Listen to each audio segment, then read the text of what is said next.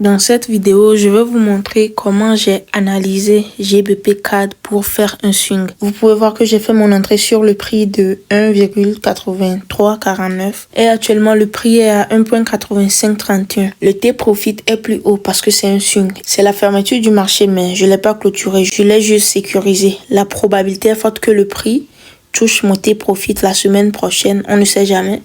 Le prix peut encore faire de mouvements bizarres, juste de retracement et traîner. Du moment où je n'ai pas des signaux de retournement de l'impulsion, alors là, je vais laisser tourner. Maintenant, je suis sur TradingView. Je vais vous montrer comment j'ai procédé à l'analyse technique. Rejoignez mon canal Telegram pour apprendre plus, profiter de mes analyses et des conseils.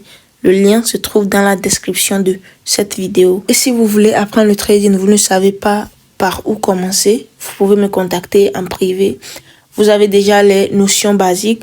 Vous voulez apprendre l'analyse technique, comment bien comprendre l'évolution du marché. Vous pouvez me contacter en privé.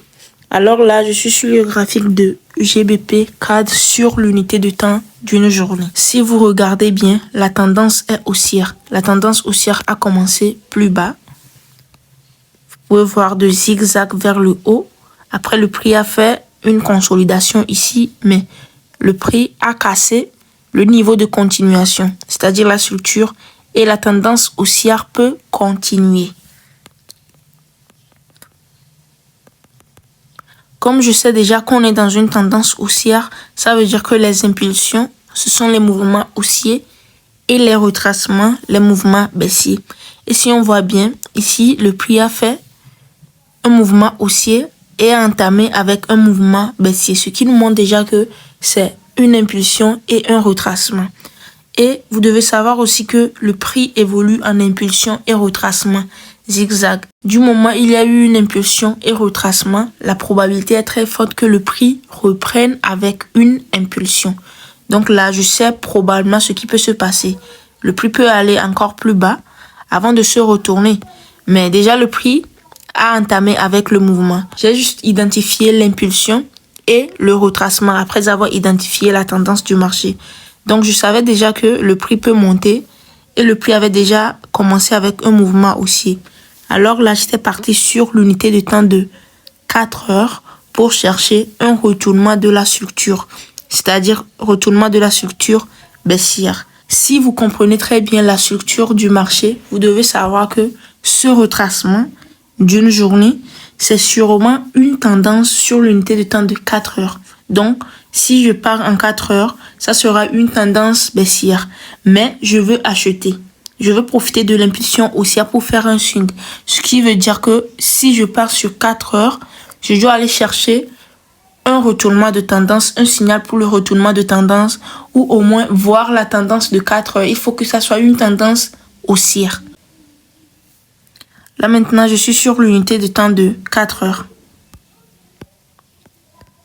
Vous pouvez voir, c'est ça la tendance baissière dont je parlais. Ça, c'est la tendance baissière. Après, qu'est-ce qui s'est passé? Vous pouvez voir que le prix a entamé avec un retournement de la tendance en 4 heures. Là, je vais tracer ici.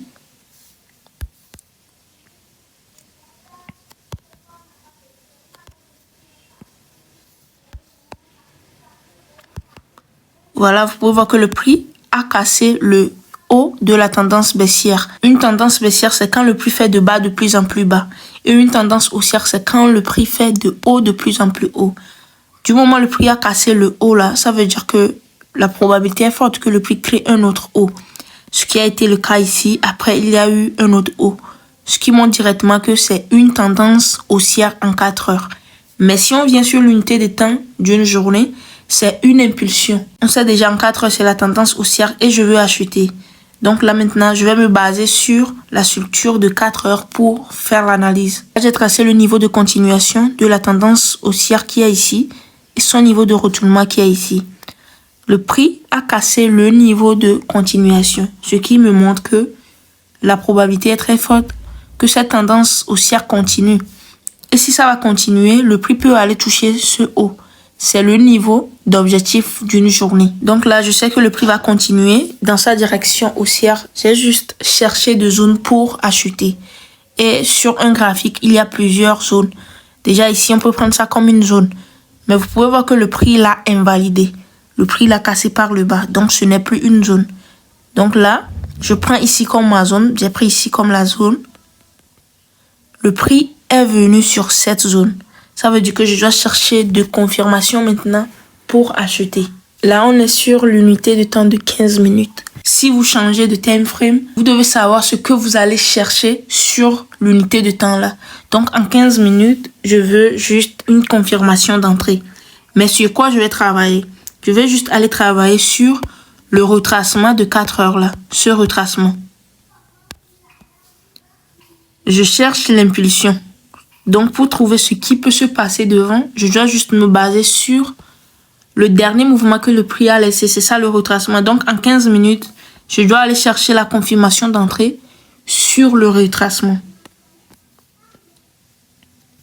Maintenant, là, qu'est-ce que je dois faire pour chercher la confirmation d'entrée? Déjà, vous devez savoir qu'il y a différentes confirmations d'entrée. Moi, j'utilise 3. La stratégie de confirmation pour trader le début de l'impulsion, c'est-à-dire chercher une figure chartiste pour trader le retournement. Après, je sais aussi comment on utilise la structure pour trader le retournement. Et par exemple, si vous avez raté le début de l'impulsion, vous pouvez trader la continuation de l'impulsion. Donc, si vous décidez de suivre une formation avec moi, on va voir ces 3 stratégies d'entrée. Maintenant, c'est ça, le retracement de 4 heures. Donc, comme je vais me baser sur ça, je vais prendre ça comme une tendance baissière en 15 minutes. Vous pouvez voir qu'il y a eu un retournement ici. J'ai tracé mon niveau de continuation et de retournement sur la structure de 15 minutes. Si le prix avait cassé le niveau de continuation et a continué, j'allais pas faire mon entrée. Mais ici, je m'attends juste à un retournement. Donc, le prix a cassé le retournement. Je me suis juste basé sur ça pour faire l'entrée. Alors, après le retournement, qu'est-ce qui s'est passé? J'attendais le prix plus bas pour faire mon entrée. Ici. Mais le prix n'est pas revenu plus bas. Donc, qu'est-ce qui s'est passé? Le prix a recréé un autre haut, c'est-à-dire niveau de continuation et son bas. Donc, le bas, c'est une zone pour acheter. J'ai juste attendu le prix maintenant sur la zone, ici, pour faire mon entrée. Si le prix avait cassé ce bas, j'allais pas faire l'entrée parce que quoi? Il y aura probablement un retournement de la tendance vers le bas. Donc, j'allais pas faire l'entrée. J'ai juste attendu une confirmation d'entrée avec les bougies. Là, vous pouvez voir que cette bougie a dépassé la dernière bougie rouge que le prix a laissée. Alors, j'ai fait mon entrée sur cette bougie. L'entrée est ici. Vous pouvez rejoindre mon canal Telegram. J'ai partagé tout le processus d'analyse dans le canal public. Là, j'ai fait mon entrée ici. Le stop loss doit être en bas de ce niveau parce que quoi, le prix peut venir chercher ça, peut-être faire une fausse cassure avant de repartir. Donc, c'est le pourquoi vous devez laisser d'espace au stop loss. Donc, mon stop loss est sur 30 pips. Mon T-Profit, je l'ai mis sur 300 pips, ce qui fait 10 fois ce que j'ai risqué. Donc là, si je risque $100, je vais gagner, par exemple, $1000. Donc, c'est simplement comme ça j'ai procédé à mon analyse. Le prix a fait assez de mouvements de retracement avant de partir. C'est pas parti directement. Le prix a fait de retracement ici, impulsion, retracement. Et là, actuellement, c'est encore une impulsion.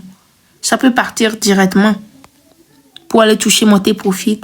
Et ça peut se retourner avec un retracement avant de partir. Ou soit revenir comme ça. Tout est possible en fait. C'est le pourquoi il faut la gestion de position après avoir pris une position. C'est très important.